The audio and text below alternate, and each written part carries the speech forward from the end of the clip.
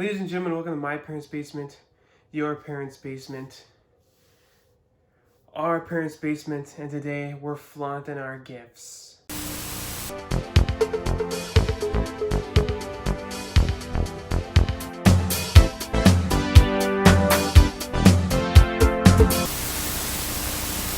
Happy holidays, Merry Christmas, Happy Hanukkah and Kwanzaa and whatever else you're celebrating at this time of year. But for all, at the very least, we're getting goodies, we're getting gifts. And today I'm going to go over what I got for Christmas, movie-wise. Now, obviously, being a big movie fanatic that I am, most of the stuff I ask for is movies, so we've got a pretty decent stack to go through, but here we are at the end of December. The New Year is fastly approaching, but cold weather has been lingering. And I went to bed last night and I felt fine. And this morning I woke up early, I didn't get much sleep. I feel okay, but as you can kind of hear in my voice, there is a tinge of sickness approaching. So I'm going to try and stay hydrated to at least keep my voice somewhat consistent. And without further ado, let's jump into the first two things that I got. They're both one and the same, so I'll just treat them as one and the same. We've got Hawkeye, the first complete season on 4K in this awesome steelbook that Disney's been doing for their TV shows, or Disney Plus series rather. And then we've got Loki season 2 again on a 4K steelbook. Loki season 2 I think is the best season of any show that Disney Plus has done, especially regarding Marvel. I just loved everything about this series. I thought it was so much. The first season was like okay, but this season was just so perfect to me. The best iteration of how a Disney Plus series should be done. Tom Hiddleston was fantastic. If that's his last run as Loki, it was a great way to go out. And then Hawkeye, I didn't like that much at all. I thought the Kingpin portrayal was off. It felt like, gee, this is a whole can of worms that I don't feel like getting into now. But I'm a completionist. I need to have the entire MCU. So even though I thought Hawkeye was very much so a disappointing show, that could have been deeper, could have been better, to have it, is nice just for that completionist viewpoint. So then moving over into this stack, the first thing we've got up is the Harry Potter 8 film collection on 4K. I've never watched the Fantastic Beasts movies and I have no interest. That just seemed like an offshoot idea that was a cash grab attempt. But for these 8 movies, I haven't watched them all since probably I was a teenager, very early in my teenage years. But so often these are on TV and I always catch glimpses of the first few. And I've always really liked Chris Columbus's Sorcerer's Stone and Chamber of Secrets. I just thought those were brilliantly directed. They really captured the magic of the wizarding world, and I really liked the entire vibe that those two movies possessed. Prisoner of Azkaban, though, might be the best Harry Potter movie, though I think I'd probably prefer 1 or 2. And then the other ones I don't despise, but I just feel like they lost that sense of magic. And I know the tones get darker, and so the whole movie kind of shifts to a darker element, but I really enjoyed the first two's vibes. Then we got a Paramount Presents Double Jeopardy with Ashley Judd and Tommy Lee Jones. This was the era of Tommy Lee Jones where he kind of got a lot of roles similar to his part in The Fugitive, because he's playing I forget if he's a U.S. Marshal or if he's just a regular officer in this, some sort of parole officer or whatever. And the way that they portray Double Jeopardy is completely wrong, but that being said, I really do enjoy this 90s thriller. It's cheesy in all the best ways, and I think Ashley Judd's probably one of the most underrated actors of all time. And I really enjoy that movie, generally speaking, just because, like I said, the 90s cheese. And speaking of 90s cheese, we've got Pump Up the Volume. This is an archive collection from Warner Brothers with Christian Slater. This movie is a movie that not a lot of people talk about, but I really enjoy it quite a bit. I watched this movie. Someone had put up the entire movie on YouTube in a playlist of like 4-minute increments, and I watched it all that way. And I really enjoyed this movie. Christian Slater basically plays a high schooler who, by night, goes onto on this dead airwave, and he broadcasts just uh,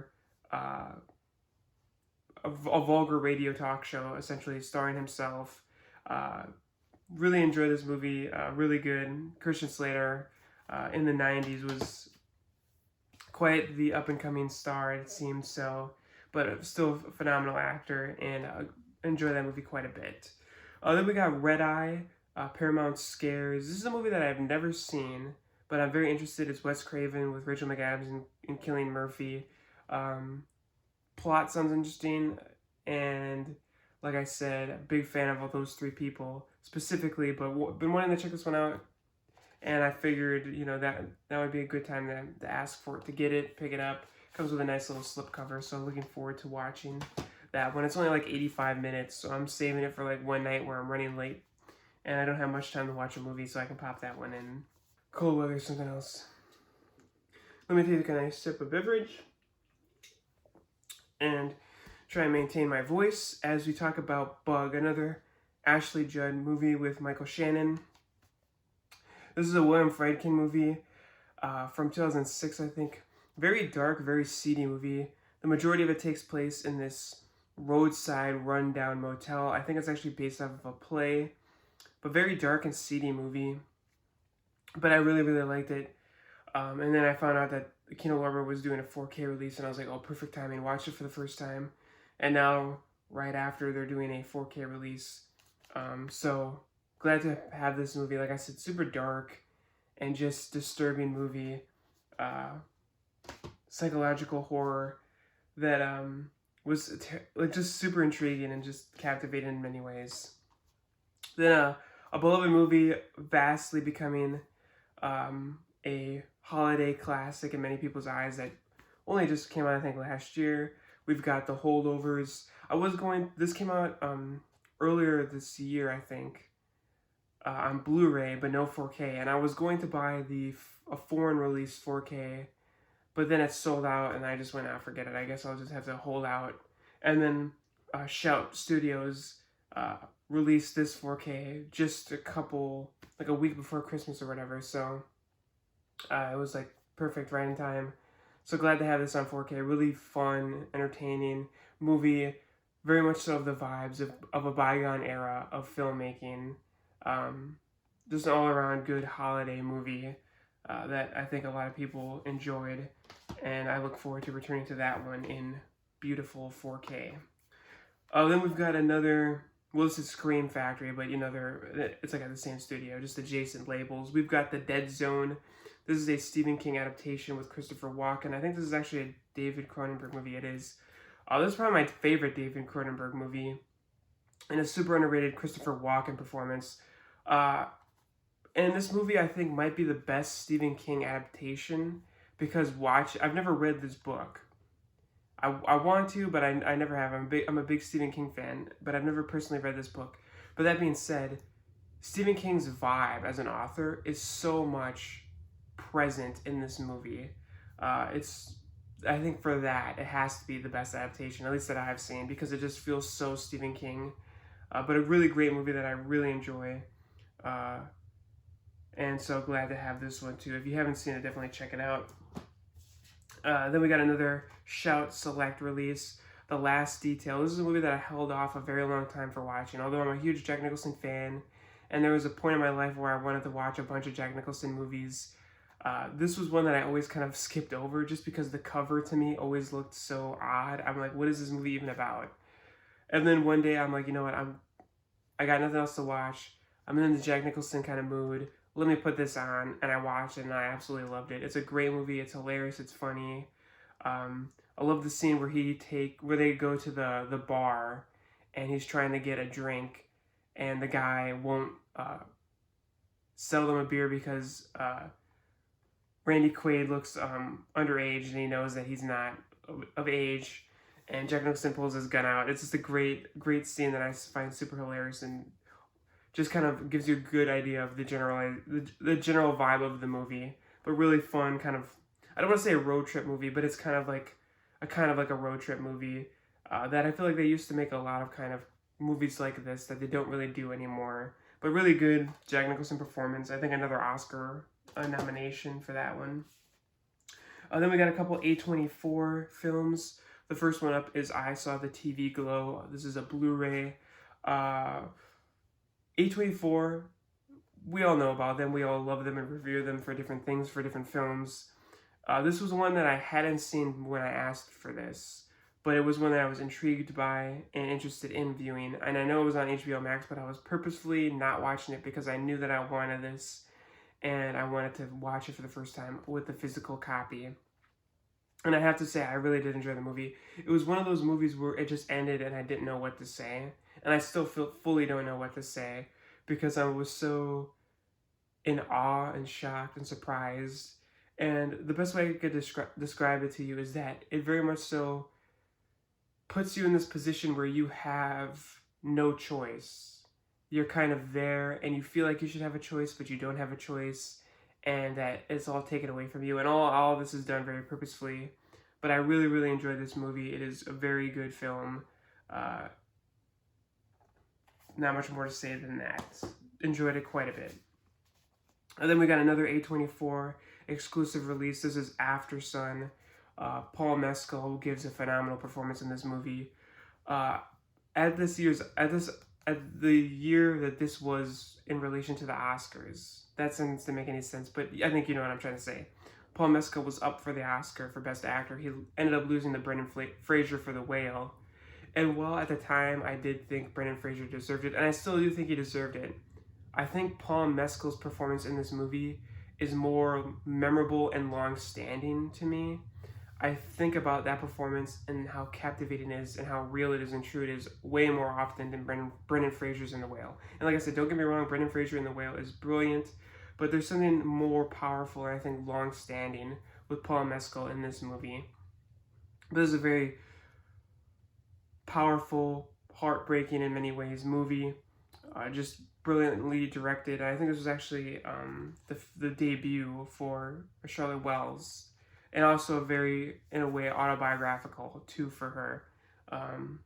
So all the more, heart-wrenching, but really great, phenomenal performance in the scene where they're dancing to Queen. Just very great scene. We got a couple A24 coming up. Another A24 exclusive. This is being The Zone of Interest. This one's on 4K. The other ones didn't get a 4K release. I love the style of this movie. I love the way it's directed. I love the sound design of it. You should go look at the behind the scenes info on the sound design. It's like 2 different tracks to kind of get that sense of the regular life and the outside atrocities. I really like the style of this movie. I like the way they go about what they're trying to say. I love the direction style too, where it feels almost like it's a documentary where these cameras were placed in this house to just naturally capture it, the way it cuts so seamlessly. Just a really well-directed movie. And I love the ending with the when he's walking through the hallways and you get the modern day jump cut. And I love the opening too. I've always wanted to open a movie like how this movie opens, and I actually, although I myself personally have always wanted to do it, when I started this movie, I was like, is everything okay? Is this like how it's supposed to go? But I thought it was a very strong choice and a very brilliant choice, and I enjoy this movie very much so. And then we got another A24, but this one's not an exclusive. This is just a regular Lionsgate 4K. I can already feel my voice starting to quiver. This is Talk to Me. This movie I love. I think there still is, but horror has kind of moved to be a symbolism for mental illness. And while, I respect that, and I think it can tell interesting stories, sometimes I feel like the way the story goes about, it almost feels like you cannot overcome that. And one specifically that I think about is Smile, where very much so the smile represents the trauma and the visual trauma that we bear witness to, and not being able to overcome that. All the characters succumb to the death that the smile brings with it. I thought that was kind of a depressing kind of message when you look at the subtext. And so, and I'm okay with depressing, stories and everything, but I just felt there's just something a little bit off about it to me. It didn't sit right with me. Talk to me. I liked what they used to symbolize the horror element, how it's very much so a symbolism for drug and alcohol abuse in teenagers at parties and whatever. I really liked how that was done, and I loved the way it tied in with everything, and I thought it was a very interesting, unique way to look at it. And the movie overall is very entertaining and good. I felt like the ending maybe is a little bit, I don't know, I don't want to say it comes out of left field, but I thought it was a little anticlimactic, to say the least. But overall, I did enjoy the movie very much so. And like I said, I love the way they use that symbolism. And we've got one left for the Christmas haul. And it is Bad Boys 1 and 2 on 4K. It's a really weird packaging for this. They come like long ways. I've never been a huge Bad Boys fan. I've never been a huge Michael Bay fan. Will Smith and Martin Lawrence really carry these movies for me. I think their duo as a buddy cop team is really strong, and I like what they bring to the action comedy aspect of these films. But I like them more for various sequences than I like them overall as a film. But I've said this before on my channel. I have a mindset where if there's even a small inkling that one day down the line I will get a feeling to watch a specific movie, I want to have that movie. And I could see that happening with Bad Boys. The first one I probably would prefer. I like how they Will Smith and Martin Lawrence's characters switch places, and I like the dynamic that they have. I like how Will Smith has a bunch of pictures of himself at his house.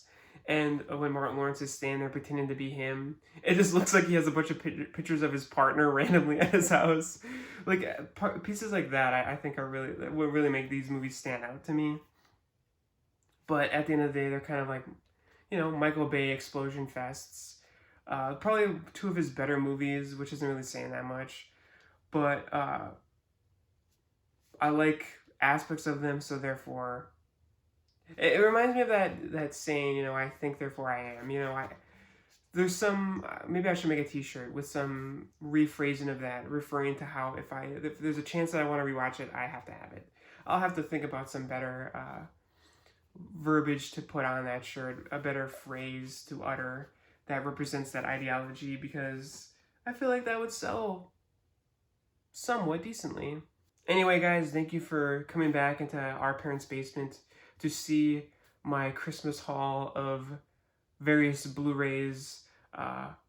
In the comments below, let me know what you guys got for Christmas, or what you gave for Christmas. Giving, it's the season of giving. So that's just as important. What's your favorite thing that you got? What's your favorite thing that you gave? Let me know what you guys think of what I got. Anything that I should have asked for that I didn't. Like, comment, subscribe, do what you gotta do, but make sure that you are here so I can see you next time in my parents' basement, your parents' basement, our parents' basement.